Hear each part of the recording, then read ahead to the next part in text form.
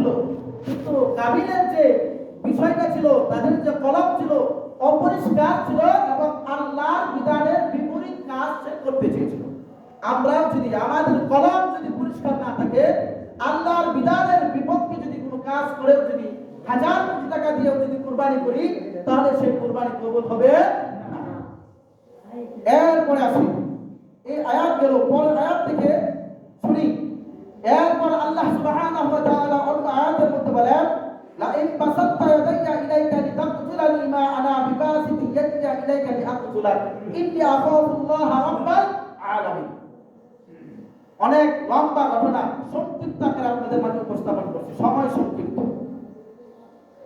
এরপর যখন সে বলতে লাগলো কাবিলকে যে নিশ্চয়ই আল্লাহ পাক রব্বুল আলামিন মুত্তাকিনদের পক্ষ থেকে কুরবানি কবুল করে থাকেন, এই কথা বলার কারণে সে আবার রাগান্বিত হয়ে গেল। কি হয়ে গেল? রাগান্বিত হয়ে গেল। এরপর হাবিল তার ভাইকে আবার বলতে লাগলো, লা ইন বাসাত্তা ইলাইয়া ইয়াদাকা লিতাকতুলানি, তুমি যদি তোমার হাতকে আমার দিকে হত্যা করার জন্য অগ্রসর করো, সম্প্রসারিত করো, তুমি যদি তোমার হাতকে আমাকে হত্যা করার জন্য বাড়াও, সম্প্রসারিত করো, মা আনা বিবাসিতি ইয়াদিয়া ইলাইকা লিআকতুলাক, আমি কিন্তু আমার হাতকে সম্প্রসারিত করব না তোমাকে হত্যা করার জন্য। কাকে হত্যা করার জন্য? ভাই ভাইকে বলছে, হাবিল কাবিলকে বলছে, তুমি যদি আমাকে হত্যা করার জন্য তোমার হাত আমার দিকে অগ্রসর করো, সম্প্রসারিত করো, আমি কিন্তু তোমাকে হত্যা করার জন্য আমার হাত তোমার দিকে সম্প্রসারিত করব। কেন? ইন্নী আখাফুল্লাহ, কেন?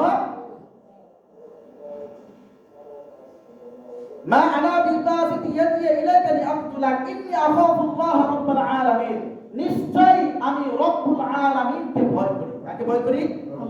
আল্লাহকে ভয় করি। তুমি আমাকে হত্যা করতে চাও, করো, সমস্যা নাই, আমি কিন্তু তোমাকে হত্যা করব না, কারণ আমি আল্লাহকে ভয় করি। আল্লাহকে কি করি? ভয় করি। এরপর আবার বলতে লাগলেন তার ভাই হাবিল বলতে লাগলেন, ইন্নী উরিদু আন তাবুআ বিইসমি ওয়া ইসমিকা ফাতাকুনা মিন আসহাবিন নার ওয়া যালিকা জাযাউল যালিমিন।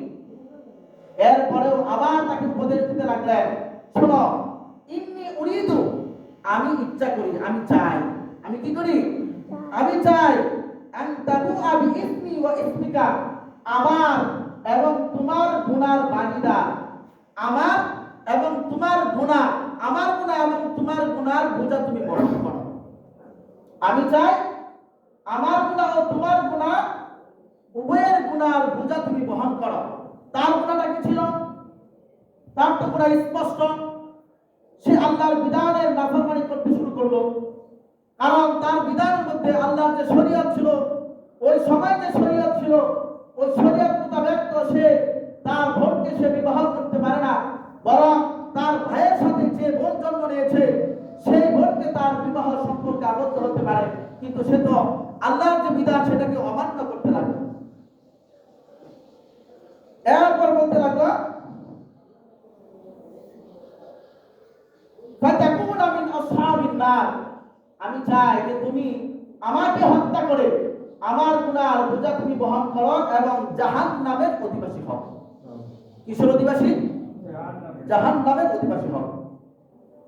এরপর বলেন, ফাতাক ওয়া যালিকা জাযাউল যালিমিন, আর আমাকে যদি তুমি হত্যা করো, এটা হলো এক অপরাধ, আমার সমস্ত গুনাহ তোমার বহন করতে হবে এবং তুমি আল্লাহর বিধান অস্বীকার করার কারণে আরেকটা গুনাহ তুমি অর্জন করেছো, এই সমস্ত গুনাহ নিয়ে তুমি জাহান্নামের অধিবাসী হবে।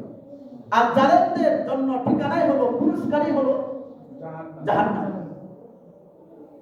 এরপর বলেন, ফাতাওয়াআত লাহু নাফসুহু ক্বাতলা আখিহি ফাকাতালাহু ফাআসবাহা মিনাল খাসিরিন। এরপর ফাতাওয়াআত লাহু নাফসুহু, ওই যে কাবিল, সে যে বারবার তার ভাইকে হত্যা করার জন্য অগ্রসর হলো এবং তার ভাই তাকে বিভিন্ন উপদেশ দিচ্ছেন, এরপরেও যখন সে কি হয় না, বিরত থাকে না, এরপর